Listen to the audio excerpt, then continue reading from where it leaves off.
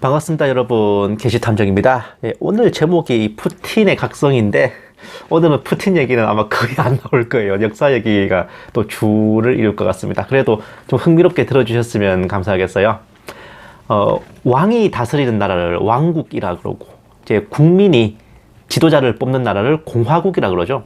그리고 황제가 다스리는 나라를 제국이라고 하는데, 통상 이제 동양에서는 한 개의 국 이상의 속국을 거느리고 있다면 황제를 자칭하고 제국이라고 칭했습니다.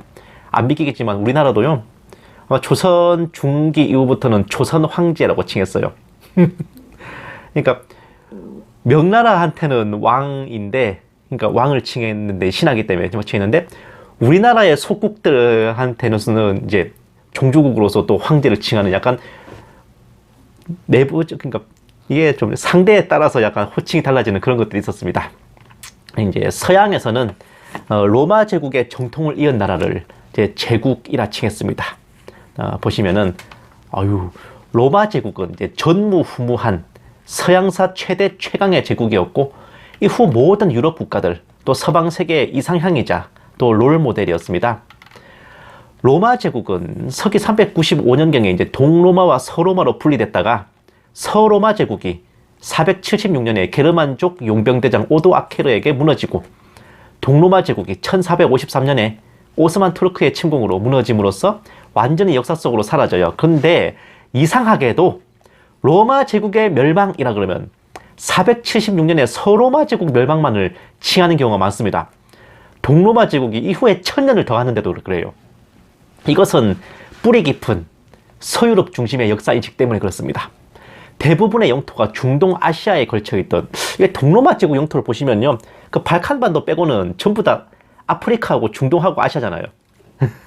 이 동로마 제국을 정통 로마로 인정하지 않으려는 참 더러운 차별적 개념 때문이기도 한데, 그 덕분에 이 동로마 제국은 당연히 동로마, 서로마 이것도 그냥 후대 역사학자들이 편의상 붙인 거고, 당연히 그 나라에서는 로마 제국이라고 했죠. 자기들 이름을.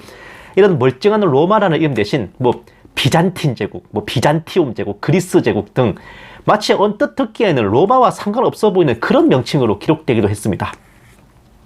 이런 인식 때문에 다니엘서를 연구하는 학자들도 넷째 짐승인 로마 제국이 476년에 멸망하고 끝난 걸로 생각하고, 넷째 짐승의 열부를 그 서로마 영토에 일어난 게르만 왕국들에 대입하여 해석하는 어마어마한 에러를 내기도 했던 겁니다. 어쨌든 유럽에서 제국을 칭하고 황제를 칭하려면 로마 제국의 정통, 정확하게는 서로마 제국의 정통을 잇고 있어야 했는데, 바로 이탈리아, 프랑스, 독일입니다. 이탈리아는 당연히 본토 로마 제국의 직계 후손이기 때문에 그런 거예요. 프랑스와 독일은 공동 조상인 이 프랑크 왕국의 샤를마뉴 대제가 교황으로부터 서로마 황제의 관을 받았기에 서로마 제국의 정통을 갖게 된 겁니다. 보시면은 이제 불어로는 샤를마뉴, 독일어로는 카롤루스 대제는 게르만 왕국들 중에서도 손꼽히게 강대한 나라를 건설했지만, 분할 상속의 원칙으로 인해 이 사람이 죽고 얼마 안 돼가지고 프랑크 왕국은 동프랑크, 서프랑크, 중프랑크로 갈라졌어요. 각각 프랑스, 서프랑크는 이제 프랑스, 동프랑크가 독일, 중부프랑크는 이탈리아의 이제 원형이 됐습니다. 이때부터 유럽에서 황제를 칭하려면 영토 크기와 국력에 상관없이 로마의 정통성이 필요했고, 그 대영 제국도요, 유럽에서는 그냥 영국 왕이었습니다. 이 사람 영국이 인도 무굴 제국을 점령하면서 인도 황제를 겸하면서 대영 제국이라 칭하고 황제를 칭한 거지, 사실은 그럼에도 불구하고 유럽 안에서는 그냥 왕국이었어요. 영국도. 스페인 제국 이런 데는 이제 신성 로마 제국의 황제위를 이으면서 그렇게 이제 황제를 칭한 것이고요. 어쨌든 서로마 제국의 정통성이 필요했단 말입니다. 특히 프랑크 왕국의 분열 이후 로마 황제위가 동프랑크, 독일로 이어지면서 이른바 신성 로마 제국이라는 게 수립됐습니다. 중세 시대는 거의 지방 분권 사회라서 이제 고만고만하게 치고받고 지내다가 근대로 들어서면서 서서히 유럽을 통합하고 제국을 수립하려는 움직임이 일어났는데, 가장 먼저 들고 일어난 나라는 프랑스, 주인공은 나폴레옹 보나파르트입니다. 보시면 나폴레옹의 프랑스 제국은 그 이탈리아를 점령하고 신성 로마 제국을 해체시켜서 지배했습니다. 저기 사진에 나오는 이제 그림에 나오는 라인 동맹이라는 데가 이제 원래 구신성 로마 제국이에요. 거기를 이제 부셔버리고 지배했던 겁니다. 이어서 프로이센을 쳐부수고 복속시킴으로써 로마의 후손인 이탈리아와 독일을 손에 넣었습니다. 그렇게 유럽을 거의 통합한 후 뭐에 씌었는지 러시아 원정을 떠났다가 패퇴하여서 멸망의 길로 접어들게 됩니다. 나폴레옹의 제국이 무너진 후에 그럭저럭 돌아가던 유럽은 또다시 제국을 꿈꾸는 난리를 맞이했으니 이번에는 독일, 주인공은 아돌프 히틀러입니다. 보시면 히틀러의 나치 제3제국은 로마의 후손인 프랑스와 이탈리아를 복속시키고 유럽을 거의 통일했지요. 하지만 집요하게 소련, 그러니까 러시아를 향해 침략의 칼날을 들이밀다가 마침내 2,700만 명의 희생자를 낸 러시아의 필살적인 반격으로 멸망하고 말았습니다. 이후 다시는 유럽에서 제국을 꿈꾸는 나라는 등장하지 않았는데, 보시면은 로마 제국의 부활을 꿈꾸며 유럽을 통합하려는 자들은 반드시 그 최후의 벽이 러시아였습니다. 이거는 아마 유럽 자신들도 잘 모르는 영적 흐름이 배후에 있지 않을까 싶은데, 이탈리아, 프랑스, 독일 모두 자신들을 로마 제국의 정통을 이었다고 하지만 엄밀히 따지면 서로마 제국일 뿐 동로마 제국의 정통과는 그 어떤 관계도 없어요. 그러나 로마 제국은 어디까지나 동서로마를 아우르는 정통입니다. 서로마 제국의 정통만으로는 반쪽일 뿐이에요. 그 동로마 제국의 정통은 키예프 공국 때에 동로마 제국과 혼인관계에 있었던 러시아에 있습니다. 오스만 투르크에게 콘스탄티노플이 함락되어서 동로마 제국이 멸망하자 그 정통이 러시아로 계승되었음은 역사적으로도 인정되는 사실입니다.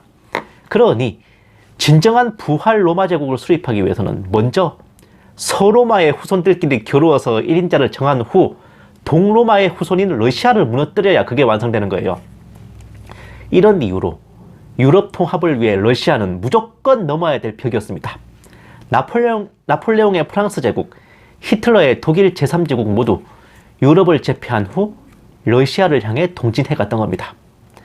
대영 제국을 수립한 영국이나 혹은 이제 미국을 로마 제국에 비유하기도 하지만 영국과 미국은 로마 제국의 정통과는 무관해요. 본인들이 로마 제국이 아니라 로마 제국의 부활과 관련하여 뒷공작을 치거나 혹은 방해하거나 하는 그런 주변적 역할을 했을 뿐입니다. 이렇기 때문에 휴거 이후 곡과 마곡 전쟁이라는 빅 이벤트를 거쳐 먼저 러시아가 무너진 후에 유럽 합중국, 곧 부활 로마 제국이 수립되는 것이고 적그리스도가 세계의 패권을 잡게 되는 겁니다.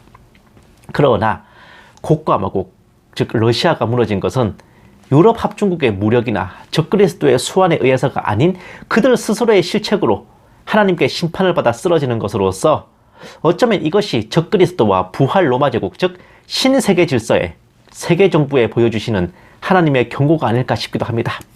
니네들이 패권을 잡은 것도 니네가 잘해서 그런 거 아니야 라는 거. 즉 너희들도 내가 마음만 먹으면 무너뜨려 버릴 수 있는 도구일 뿐이다, 이런 겁니다. 물론 러시아는 곡과 마곡 전쟁으로 아주 멸망하는 게 아니에요. 그 패전병들이 남아서 명맥을 이어갑니다.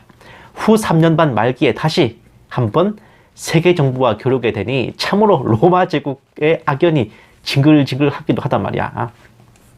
어쨌든 그거는 뭐 그때 일이고, 지금 당장도 나폴레옹과 히틀러에 이어 또다시 유럽이 연합하여 러시아를 향해 동진하고 있으니 이른바 나토의 동진입니다.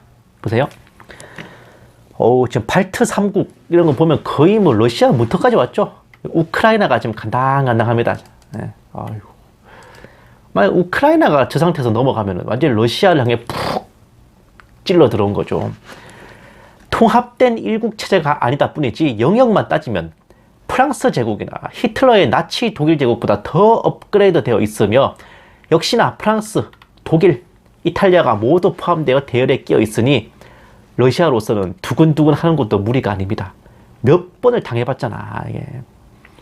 정말 웅크린 곰처럼 경계하는 러시아와 그런 러시아를 향해 저벅저벅 다가오는 나토가 1년째 우크라이나를 무대로 삼아 스파링을 벌이는 중입니다.